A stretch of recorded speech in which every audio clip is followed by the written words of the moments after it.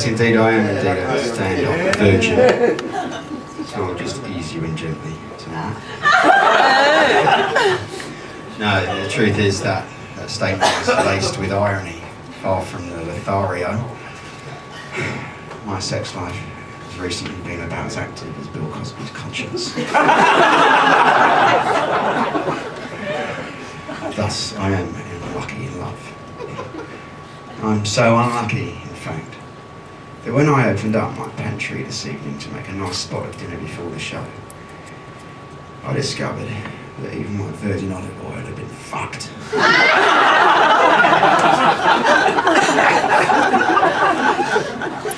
Anyway.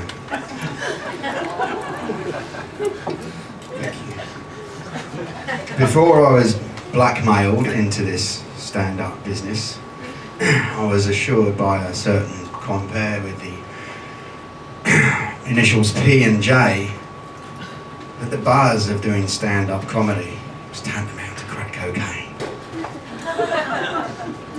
And I thought, fucking another addiction.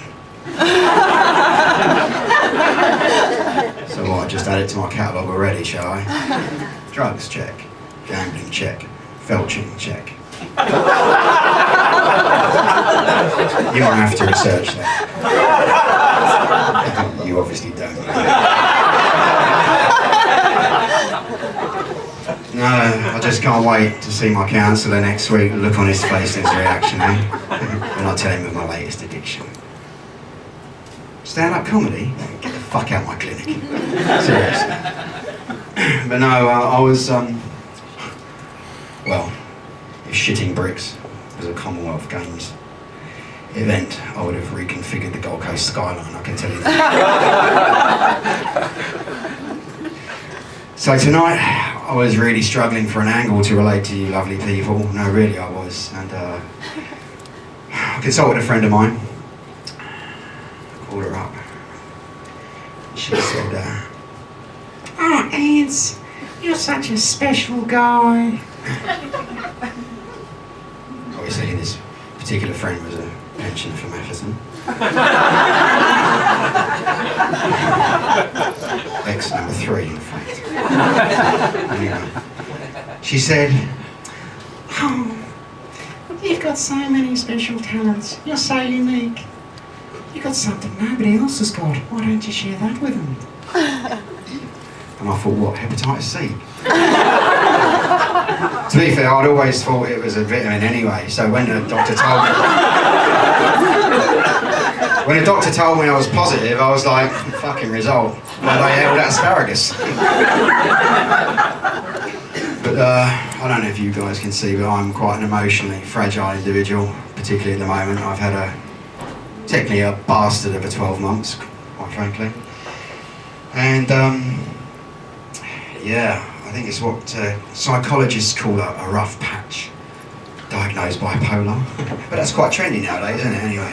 So I was feeling quite lucky, you know, I'm in the right club, haven't I? I've never been in a trendy club before. Swings and roundabouts.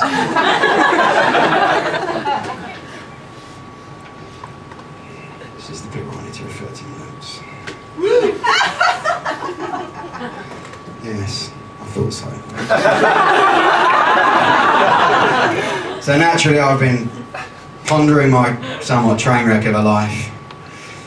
Copious quantities of prescription medication, check. Daytime television, check. Dr. Phil marathons. Yeah. She knows. Bipolar girl, we're twins. Anyway, there I am. Lounging, and it just came to me. Boom. Eureka moment. I know what will solve the problem. I just stand up in front of a room full of strangers, completely vulnerable, and allow myself to be very harshly judged. Boom. Problem solved. It's funny, isn't it? It's obviously not funny, ha ha, except you bastards are laughing. No, the contradictory nature of my personality. It's funny. No, it's not. It is. Anyway, yeah, just give me a second. because I'm quite enjoying this. I've been shitting myself for 2 days, so I'll just soak it all up. Ah, yeah, that's right. Nice segue into teaching. Good. So, when I'm not declaring a midlife crisis publicly, I'm a school teacher.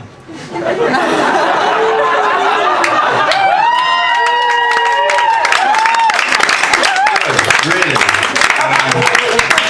Obviously not a very good one. But they say that teaching or education teaches you a lot about yourself. Mainly humility and tragedy in my case. An excellent example of this was a recent episode involving several bottles of red wine and a small but potent packet of prescription medication, sleeping pills. Let's just say it was enough to put a classroom full of grade 7 children to sleep. No, I don't do that often. Only Monday mornings, because fuck Mondays, right? It was about 5 a.m. on a Sunday morning, and I made the interesting decision to leave the party I was ruining in Trinity Beach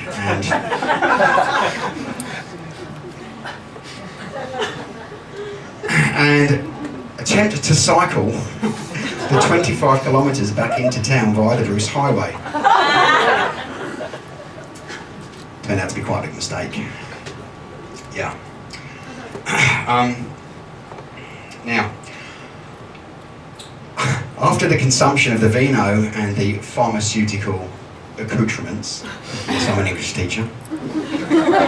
In other words, I was fucking loaded off my tits. I hopped on my bike and off I went, boom, collided with a concrete sleeper.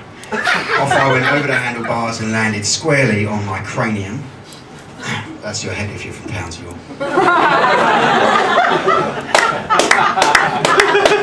Oh my God. Head, yes. Landed squarely on my head. Obviously, a bit of residual pain here. And the ensuing concussion left me face down, smack bang, in the westbound lane of Trinity Beach Road. And when I came to, I realised I was still attached to my bicycle by way of cycling cleats. It's a professional thing. And there I am, scrambling like a fucking drowning marsupial, trying to get the fuck out of the way of the oncoming alarmed motorist. So I grab my shit, my broken bike, and I throw in the towel, and I've decided, no, I've had enough. I'm going to seek refuge in a neighbouring garden. So I bring my bike in pieces, crawl into this garden, and I find myself against the wall. And I think, gosh, this is a low point. Semi-conscious, semi-paralysed. Yeah. And then it starts to rain. And I can't work out at this stage whether it's tears rolling down my rather plump cheeks. Shut up. It's old age. Plump cheeks, accident blood, or whether it's just a pissing rain, right? And, well, it doesn't matter anyway, because I passed out. And here's the bit about humility, people. Rather incredibly, I was awoken by a very startled young man who was very surprised to see a grown-up, covered in blood,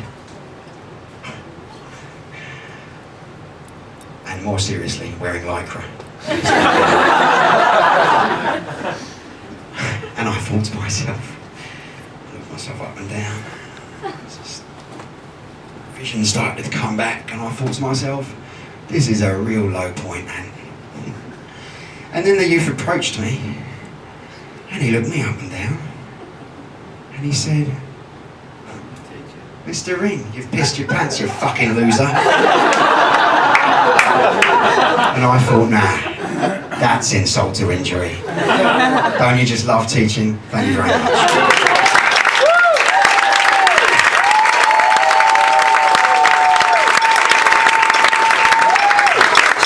This is a reference to a recent show we had when our drinks was spiked. Fuck you, Peter. Anthony's being a real spoil sport. There's people want to see you take a photo.